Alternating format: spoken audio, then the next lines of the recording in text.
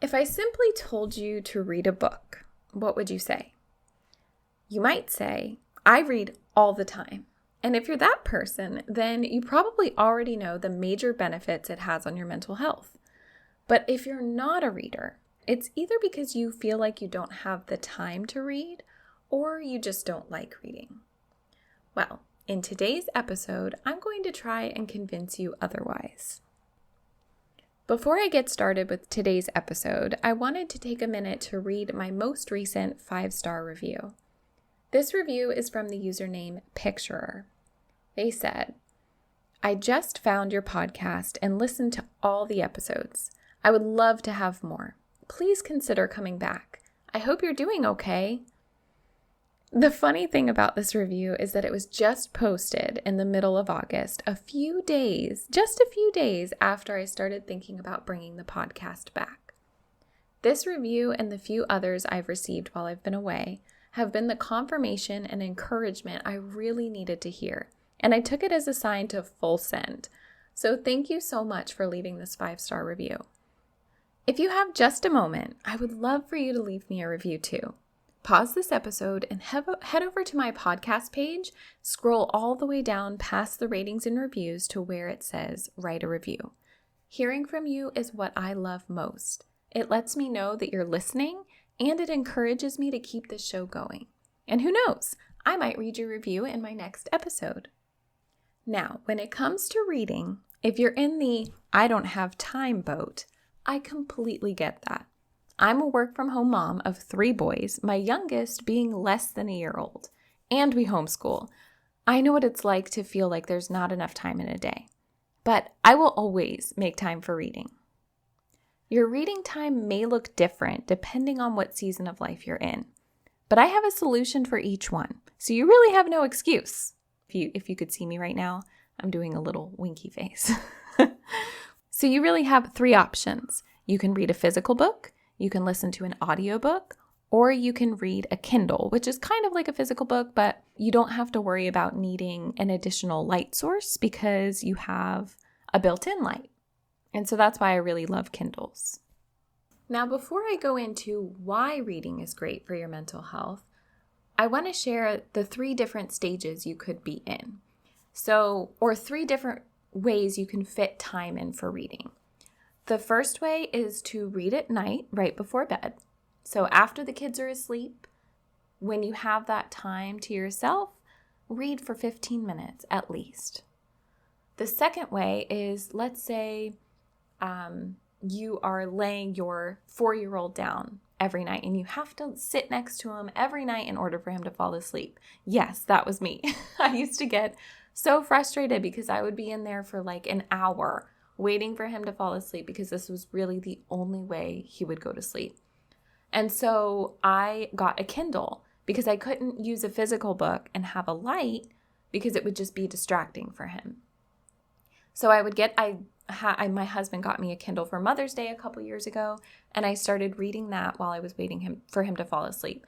And it helped me so much because it just completely took away that frustration because I wasn't just sitting there doing nothing, And the third way is to listen to an audiobook.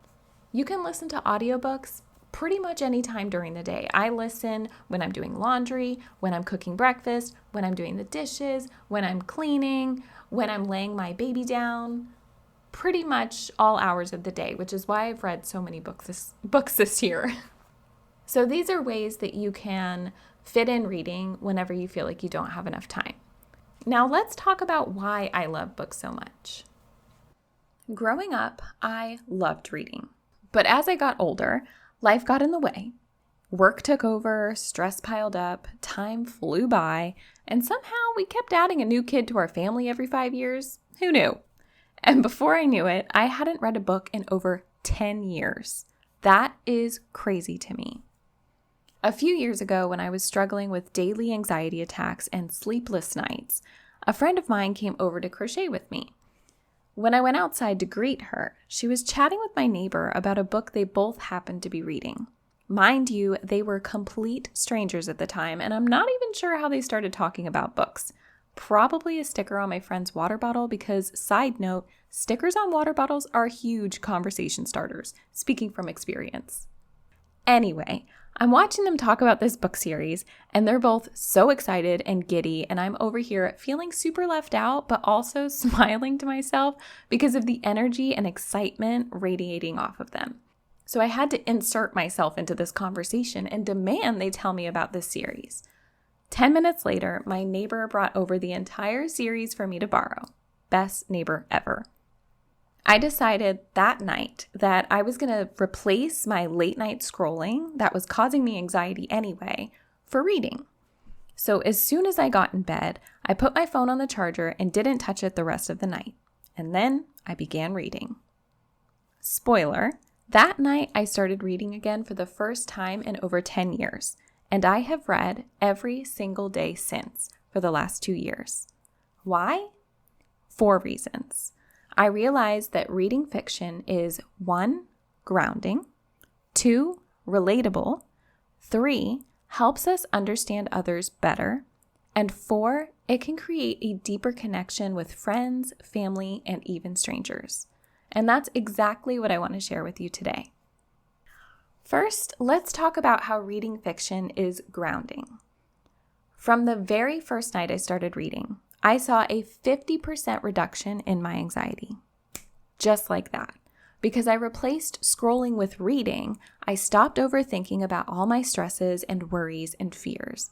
I stopped seeing negative talk about the world, scary things in the news, other moms and business owners that I would compare myself to.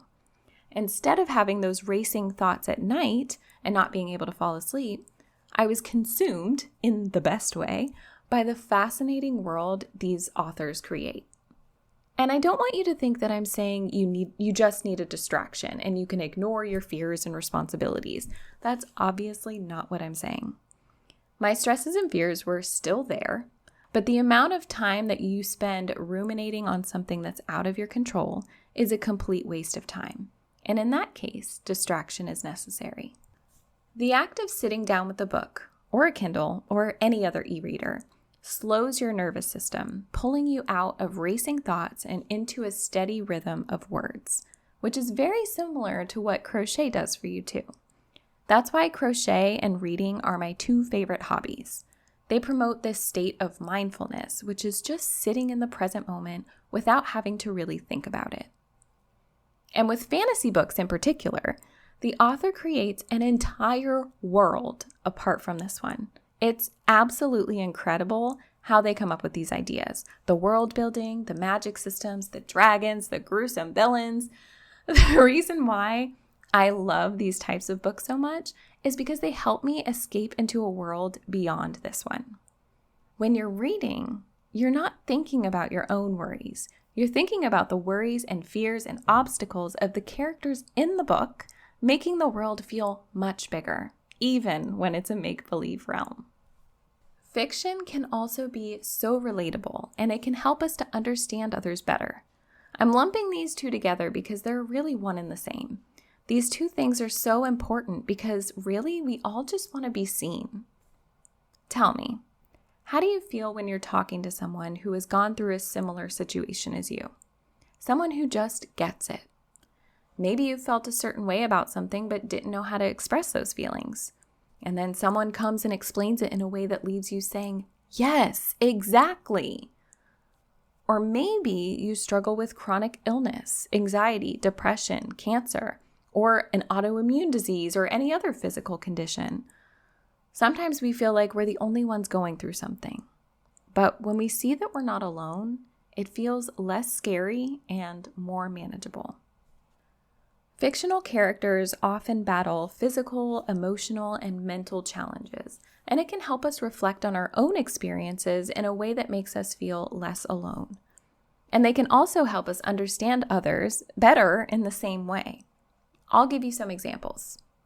The main character in Fourth Wing has a condition called Ehlers-Danlos syndrome, and I know I'm butchering that name, but just know that it is EDS, if you want to look that up. But according to ChatGPT, EDS is a condition where the body's connective tissue is too stretchy and fragile, And because of that, people with EDS often have flexible joints, stretchy or fragile skin, and issues like frequent joint pain, dislocations, or slow healing. I never would have known about this very real condition if I hadn't read this book. So not only does this explanation help us understand the character and her physical limitations better, it also helps us understand how real people can struggle with this too. In The Midnight Library, the protagonist deals with depression and suicide. You may relate to this personally, or you may develop a deeper understanding of how another person with this mental illness may feel. The Seven Husbands of Evelyn Hugo follows a main character who struggles with fame, status, secrecy, abuse, and regret over her entire lifetime. It's a great book that makes you think about what's really important in life. And the ACOTAR series. Several characters face emotional and physical trauma, panic attacks, nightmares, fear, depression, and not only do we watch them work through these struggles, but we follow along as they overcome them.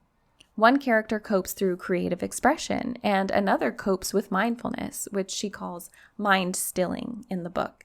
And these are both so relatable to my own healing. And I think that's why that series really pulled me out of that anxiety loop.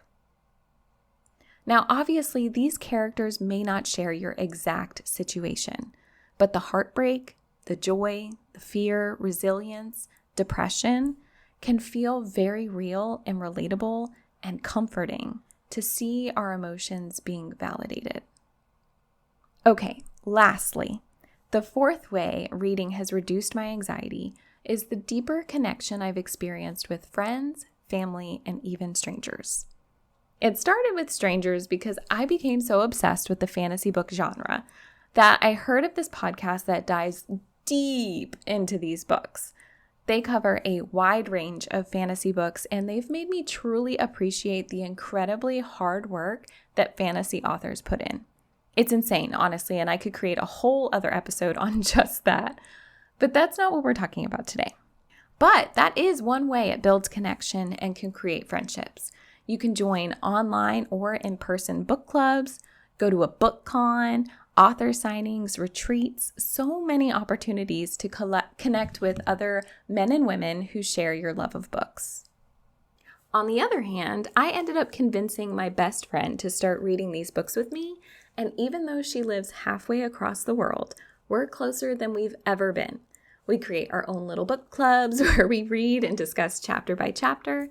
And if we're not on the same book, we're constantly talking about the books we're reading separately. And after talking endlessly to my husband about all the books I've been reading and loving, I finally made him feel the FOMO, and he started reading fantasy with me too. And it's been so fun to connect with him in that way. And I think it also makes our kids more interested in reading because we'll talk about our books and different characters when we're cooking dinner or sitting at the table. And my 11-year-old always says he feels left out.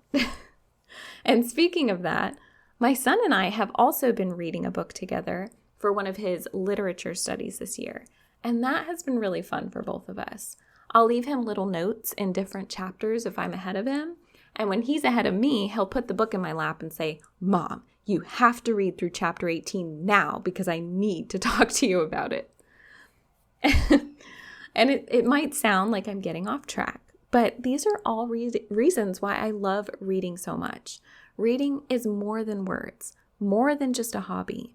It provides distraction, community, friendship, growth, changes in perspective.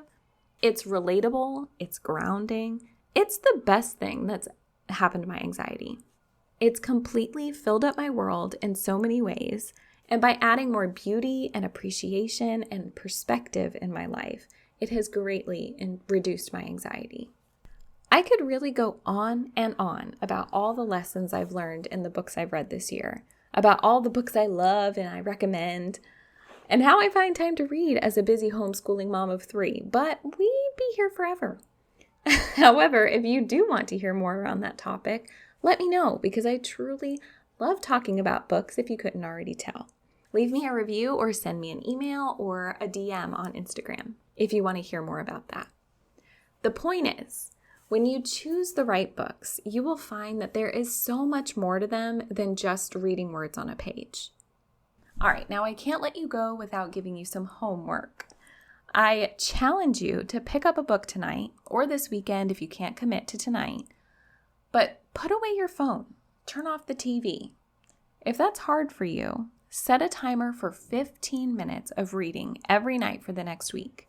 If the timer goes off and you don't want to read anymore, that's fine. Put it away. Sometimes it's hard to settle our mind when we have so many other things going on. Take baby steps. You can start by choosing a book you already have that maybe you've been giving longing glances every day, saying, "I'll read you one day." Or it can be one of the books that I talked about today, because I recommend them all. In a future episode, I'm going to share how I read almost all my books for free. But if you need a free option now, head over to the library, borrow a book from a friend, or you could even go to the bookstore and sit and read there if you have the time. I feel like I spoke really fast in this episode, and if you feel that way too, I apologize, but I just get so amped up whenever I talk about books. I just love them. So I hope today's episode helped you see reading in a new light, and that if you do choose to start, that it helps to reduce your stress and anxiety too. Before you go, I would love and appreciate if you took a few minutes, actually just like 30 seconds, to leave me a 5-star review. I created this podcast for you, not for me. So if I don't hear from you, then I won't know if you're enjoying the show or if I should keep it going.